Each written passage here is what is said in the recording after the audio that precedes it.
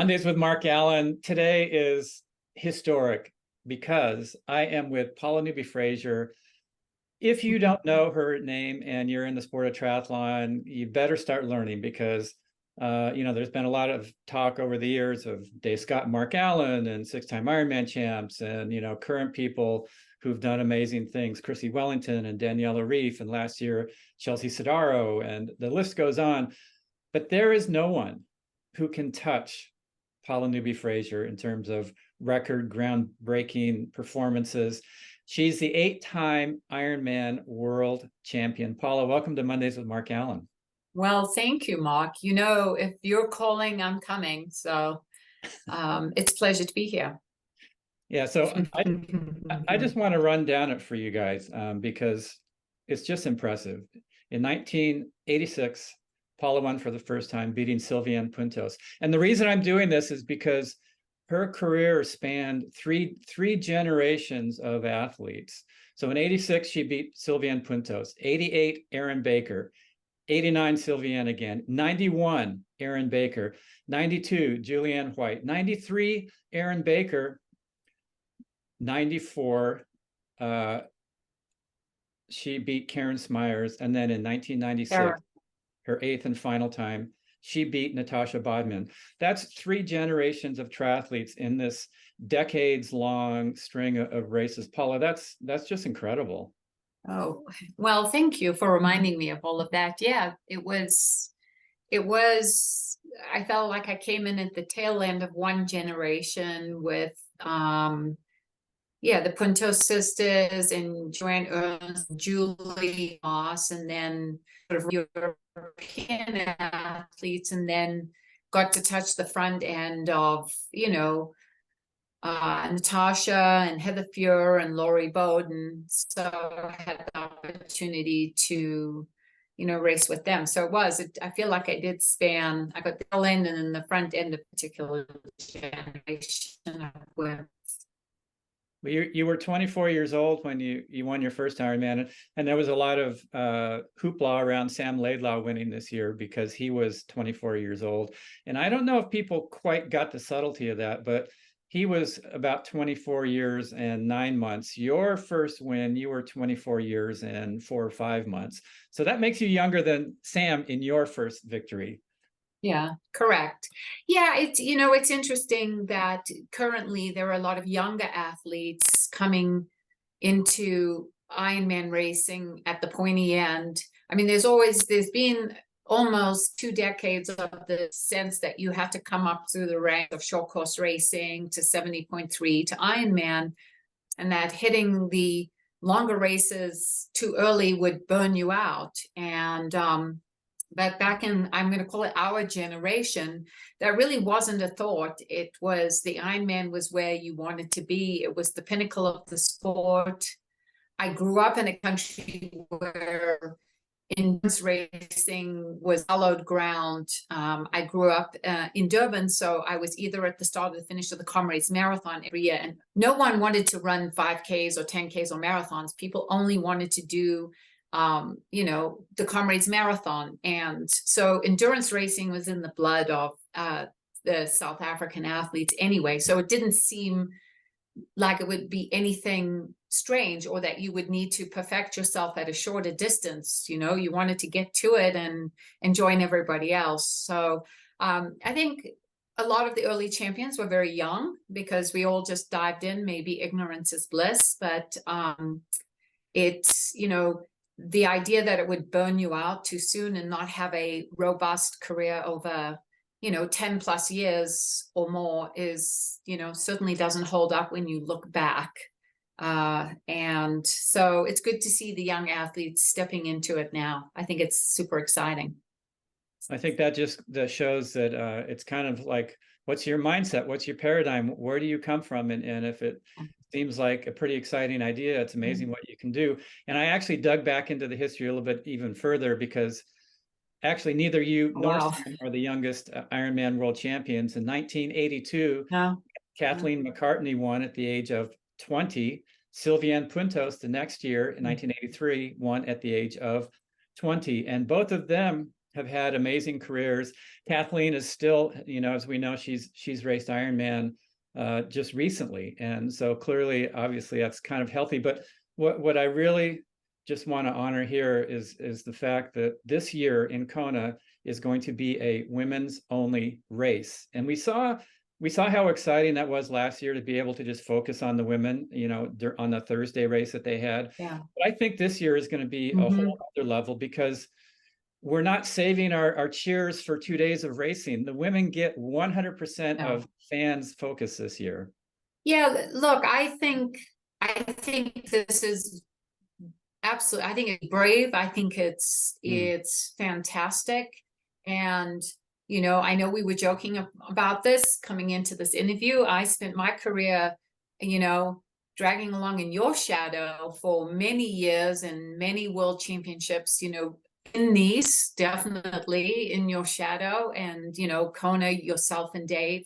So to see an event where every piece of energy, emotion, you know, adulation, media, you know, the road ahead is all theirs. The cheers are the loudest for the women. And I honestly, it's to see it at a world championship is, I think, very special. And I don't think the women will understand until they've lived through the experience of truly having that entire island and everything dedicated to their race, their experience, you know, what this means to all of them, versus, okay, ladies, that's so great, you know, now let's let the men take center stage and get everybody excited. It was, the women often are a prelude to the men's race. So this, I think, is very special. And I truly don't believe the women will realize how special until they've had the experience. So I'm so excited. I feel sort of more in for Kona this year than I have, you know, in the last few years. And I've been going every year. So yeah. Well, and I've got my Aloha shirt on because I'm already so excited to be there and to see this whole event and feel the difference. You know, a lot of the women who are coming, I'm sure a lot of them were inspired by what you did in your career. Were inspired by last year's performance by Chelsea Sodaro as a mom. What was your inspiration? What was it that you saw that you go, oh my God, I have to go do Ironman?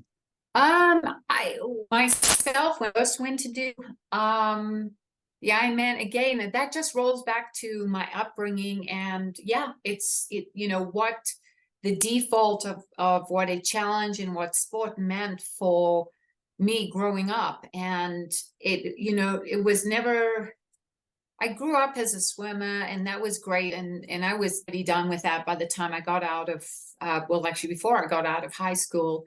So, but, you know, amongst my peers and my friends, you know, things like the multiple day doozy canoe marathon, you know, the Comrades Marathon, the Two Oceans Marathon, everything was like a big challenge. What drew me to Hawaii was I had a couple of colleagues who were, and friends who were doing triathlon that inspired me.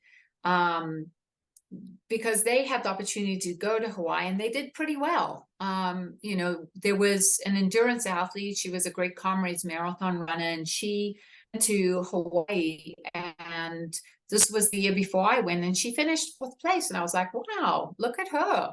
And, you know, she came from a running background, not a tremendous swimmer. And I was like, you know, if she could do this, you know, I'd really like to give this a try. And it was just the encouragement to get into triathlon was something that was external. It was more of a peer pressure from people around me that wanted to do it. And they're like, come on, you swam when you were in school. Let's go. Let's give it a shot. And that's really what got me into it.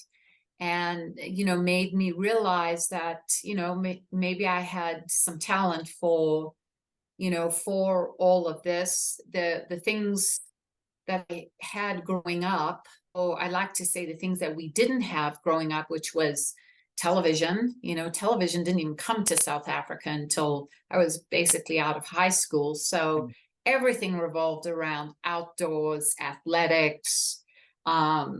So, I feel like I came very well equipped to triathlon. I lived by the ocean. We swam, surf life-saving, running. Everybody was in a run club. You go to work, everybody in your office was part of a run club. So, of course, you got into running. And so it was really peer pressure that got me into triathlon. And I'm like, oh, this is pretty cool. And oh, look at these people. They're kind of, making a living doing this. And oh my goodness, look at these people overseas, Mark Allen and Julie Moss and people like that. They're like superstars. So why not me?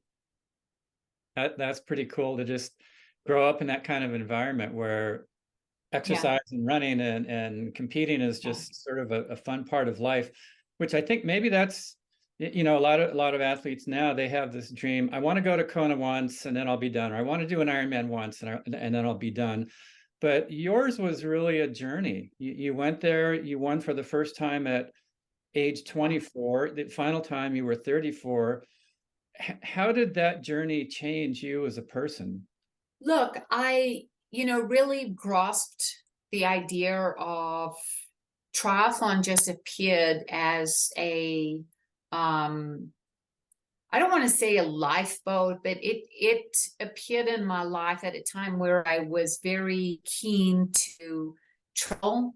I was very keen to leave South Africa at that point. We were very isolated. Certainly back in the early 80s, it was a very isolated country. And, we would sit anxiously waiting for magazines to come like 2 months after the fact to know what happened. And I wanted very much to be involved in physical activity as part of, when I say it wasn't my job, I wanted to pursue it and just have some years to, give it a shot. I went to university, I was working full time, I got a full-time job. And, my parents were, I was just on the path. I was going to get a job, get married and so on and so forth. But I really wanted to have the opportunity to experience something more and something in sport. It's an interesting dilemma that my parents supported me so much in my sport, but ultimately were not particularly interested in me pursuing athletics. It was, my wish and desire through school was to pursue ballet dancing as a career. But in South Africa, there's only one place you could do it, and it was a long way from where we lived. It was down in Cape Town. And I was very young. I went to school very young. I graduated very young. And so, my mother was an academic. So the idea that as a female you wanted to pursue sport was just not on the table. It just wasn't on the table. Rugby players, yes. Cricket players, yes. Soccer players, yes.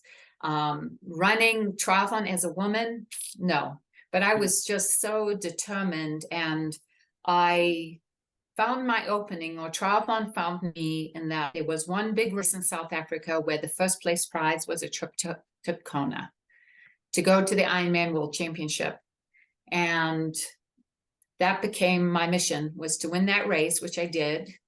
And that's how I got to Kona. And once I got over there and I saw Joanne Ernst, I saw Julie, I booked a ticket to stop in San Diego, the mecca of triathlon. You all live there, right?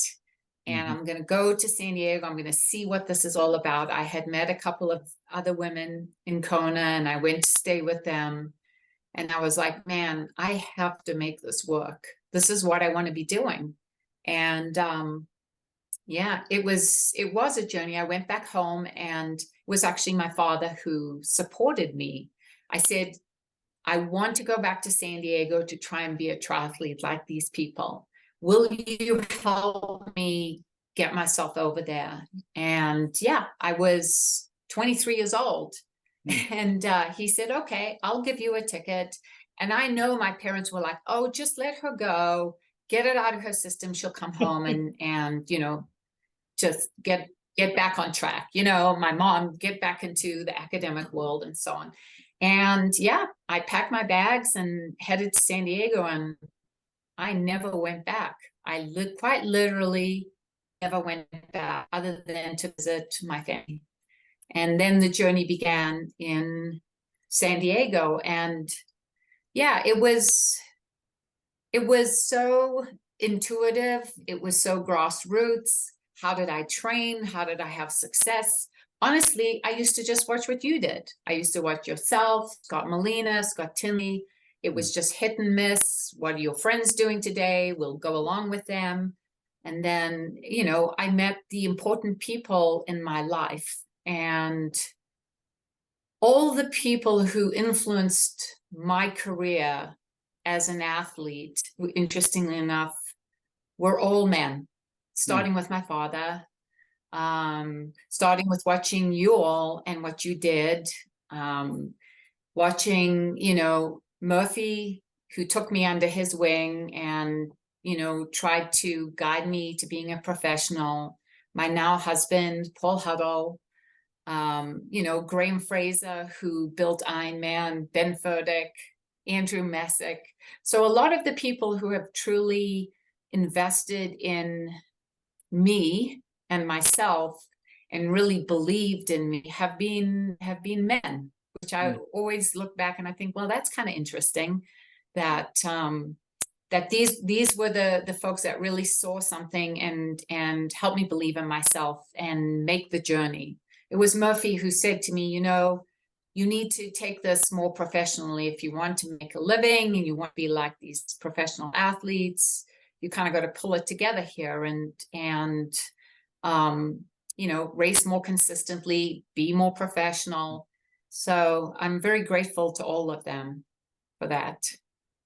Wow, that's an incredibly inspiring story for anybody who's thinking, I don't know if I can do it. And there's not many people who are doing what I want to do, but I have this vision, I have this calling, and I just want to go there and see what I can do. And maybe one of the reasons that you had so many men who were mentoring you and helping you along the way is that you were groundbreaking. You were paving the way for other women to come into the sport so that there was a broader base of women participating in the sport, and so that it became like a cool thing and a super acceptable thing for women to do. And you know, one of the words that you mentioned in there, Murphy, you needed to race consistently. I think that's something that is, it seems like it's missing with a lot of the top athletes now. They race and then they get injured, they get burned out, and I don't think there is anybody who could currently who can hold a candle to the consistency that you showed over so many years of racing, not just in Kona but everywhere. What tips would you give to athletes, to women out there right now who are thinking, I like this lifestyle, I want to do it consistently, how do I do it in a way that affords me that ability to just keep doing it and enjoying it year after year? You know, I have a lot of, I sit on that very much on the outside, and what I do see now is a lot of athletes that the focus is so directed at one or two events that it takes away from the lifestyle. I feel like I had consistency. Well, again, another man in my life that had influence, and I know a very controversial figure right now, was Professor Tim Noakes. And I had the opportunity to get to know him in South Africa, and he always said to me, he said, Paula, always do the least amount, get away with the least amount of training you can, because overtraining is the evil of endurance sports. And I always took that to heart. And because it was very intuitive and it was a lifestyle, I just remember being very burned out as a swimmer. I was a 100-meter swimmer, and I was in the pool morning and afternoon, and I grew to hate what I was doing, and I just didn't want to swim anymore. So when I came into triathlon, I've always felt intuitively protective of myself and my body and my ability to roll out the door. And I don't know where the discipline came to always say no if I felt like it was too much. I would go, sure, I'll ride with you, but I'm going to ride 60 miles, but we're going 100. Well, great. I'll turn off and go home and you carry on and finish your 100. And then inevitably they would get sick or overtrained. And I'm not sure what it is. I always add on the side of caution of what I call now not being greedy. And that racing was just so much fun. I love to race. And I'll tell you who's like that, has a very similar mentality, is McKinley Jones. You know, racing became the foundation of training. So it was just staying fit and getting out there on the weekends and making that like a hard workout. And, you know, to this day, I look at athletes who race starting early in the year, they're racing through the season. And then by the time August comes around, everybody's gone into training camp for Kona. And I'm like, why? You're fit as can be. You've been racing. You need no more than 4 weeks or 5 weeks of training. You just got to get yourself on the upswing and get there. You're a great athlete in great shape, but it feels very compartmentalized. And I think the other thing is, I see our athletes spend their time in training camp, which is they're never home. You were always home. I love to be home. You know, home was there. I, you know, was in my own home. I was with my friends, you know, your massage therapist lived there. It was being within the comforts of our own home always gave a lot of energy. And so I think for women who are coming into the sport, is you don't need to be outside of your life. You know, your home, your environment is how you need to build, you know, your ability and your drive. And finding a way to balance it is so critical. You don't need to go to training camp and spend, you know, months in the mountains and taking yourself and making a life elsewhere temporarily. It should be part of your everyday life because it is a lifestyle. And that is what gave me consistency, is it was my lifestyle. My best of friends are still to this day my best of friends. And we still go out together when we get together, and we go ride, we go run, we go hike. We go hike now more than we run. And I think that's really been the essence of it, is integrating it into your life, into your real life, not a sort of manufactured environment that you think needs to be your life. Wow. So I mean, that's to me the greatest advice. It's all there for you. Yeah. Those are words of wisdom from an 8-time Ironman world champion, Paula. Build that consistency by taking the consistency of your day-to-day life and integrating triathlon into it. I absolutely agree and love that. I enjoyed my time training at home. All the focus now is going toward Kona. Clearly, you had a relationship with that race, with that island, that was so special, to be able to be that consistent in that environment that is chaotic. It's intense. You never know what the weather's going to be. You never know how good or strong your other competitors are going to be. What is it about Kona that was just so special for you? And how did you tap into that? How can others tap into that? So I think the first piece of that is the easy answer, is the heat and humidity. And I grew up in that environment, so there was nothing extreme about it to me. I can go to Kona and close my eyes and feel like I'm in Durban in South Africa in terms of heat and humidity. You know, we sat in school for year in and year out, no air conditioning or anything like that, in 90 to 100% humidity, and we just sat there and sweated it out, and everything that we did was so that the heat piece was not an issue. When I say not an issue, that didn't play a major factor. But I think I guess when I went to the island, we always made a point of going to visit, to, you know, go and see the points of interest of cultural history. And I don't know why, I always like to sort of honor the place that I go to in terms of understanding some of the cultural and historical events that have created the community that is there. And it was fascinating to me. You know, I had read little tidbits about going to build your pile. I had, of course, also, although that did come afterwards, but I think the first year I went there, and one of the first times I went out on the course, it was a viciously windy day, and I got horribly sunburnt. And, you know, I got a good dose of what the headwinds there were like. And I was like, wow, okay, this is really something. And I think my motto always there was, I am not here to conquer this course or conquer the island. I always just looked at it like, you know, may I be blessed with the best possible passing through the island on that day. You know, it's like, you know, allow me to pass through in the best way that I can on a given day. And there was just, you know, I started to get a routine in my own, you know, my own things that I would do. But, you know, I always had measured caution there in terms of, you know, of respect.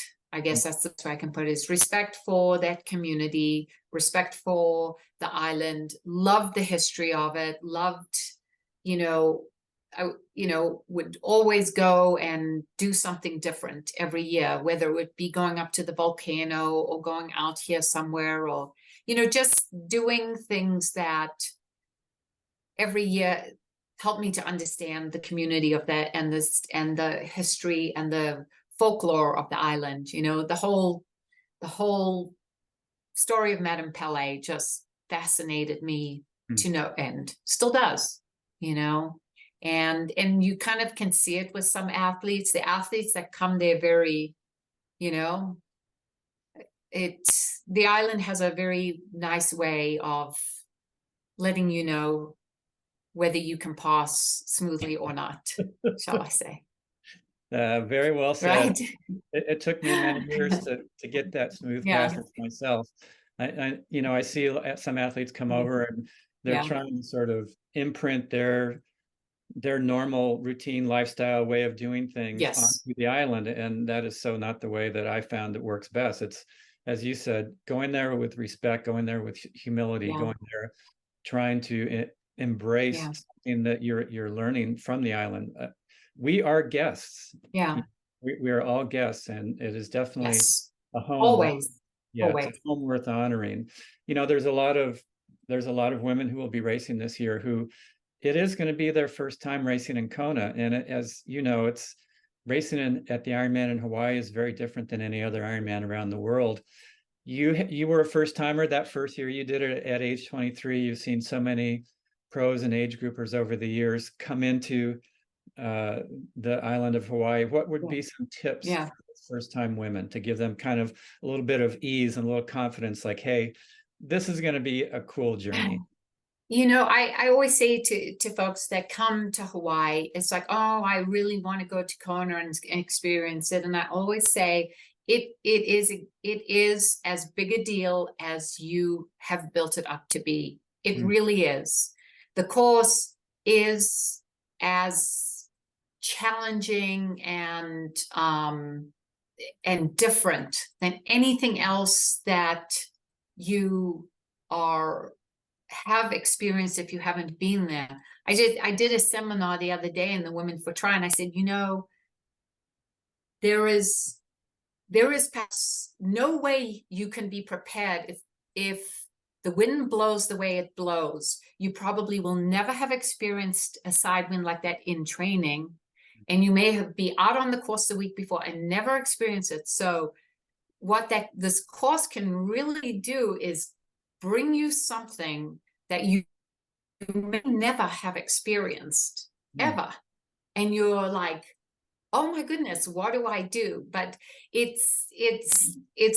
that's the excitement of it, is what is it really going to feel like? We've seen all the beautiful images, we've seen all the stories, we've seen, and it's just, I think the excitement of walking into that and knowing that you can handle it is that just taking a deep breath and letting the island help you make the right decision, because you know how to make the right decision. We're all, all the athletes, they're prepared, they've qualified, everybody has already done an Ironman, once or many times over. So it's, you know how to deal with it, but to tap into that excitement and know you might be stepping somewhere that you have never been before, and that it's not to be afraid, is don't be afraid, because you can, it's something that you have in your toolbox to deal with, even though it's something new.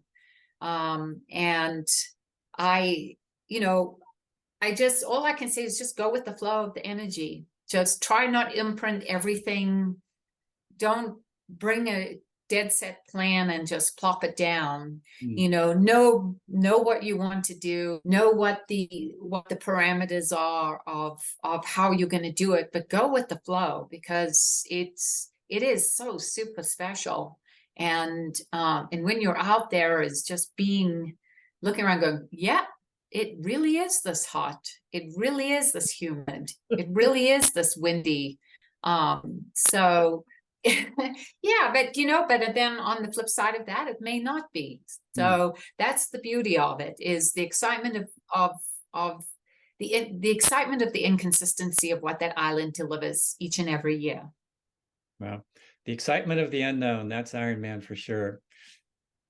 Yes. 38 years ago, you came to Kona for the first time and competed. What does this year's race mean for you? Yeah. This year is, as I said, this year is a year that I feel very invested in. Look, I grew up in, a couple of generations ago where my mother was mortified at the idea that I wanted to do sport. There was no place for women to do sport as a living. It was a hobby. It needed to be a hobby that fit into real life. I loved what I did. And I certainly grew up not only in sporting terms, but in just the basic inequity of living as a woman in South Africa too, presented a lot of inequities in life. And as I came through the sport, I was, the idea of women being able to be center stage wasn't really something that was even in my consciousness. So as I said, I felt very honored to be dragging, but walking on the coattails of yourself and the big four, the men that really paved the way in the sport. And I always felt like, the women were always, the second act. But I can't say that I ever felt like I hated it or it jarred at me, because I was so, from being on a place where I never thought it could even happen, to just being out there and being given the opportunity and being given a paycheck and being somebody to sponsor. I was just like, this is so great. It never, I suppose, dawned on me whilst I was racing that, at the same time, I have been part of bringing women into the consciousness of that they should be given center stage. And it's really not until I left competitively racing that I look back now and go, I was just so blindly in love with what I did. And so I felt so blessed over the whole thing that none of those things really, concerned me that much or at all. And they only started to really resonate in my consciousness after I left competitively racing. So, and then I became more and more aware, and I watched, women, get better and better. And it's It's been a journey. Look, I don't stand very often on the front lines. You know me, I don't get out there and have a ton to say. But it's been a quiet, I don't want to say it's a fight. It's been just a quiet mission to push women to the center stage and understand that we belong, and that it's deserving, and the brilliance of the performances out there are so incredible. And so it's very special to me, because I suppose my mission has been more of it actually see us get here. Was when this was put out there, my thought when I heard this initially was, wow, this is very brave. This is a brave move. I mean, I understand the considerations, but that was my first initial thought and my first initial feeling. I go, wow, this is truly brave. We are moving the women to a place that they have not been, but where they deserve to be. So I'm super proud.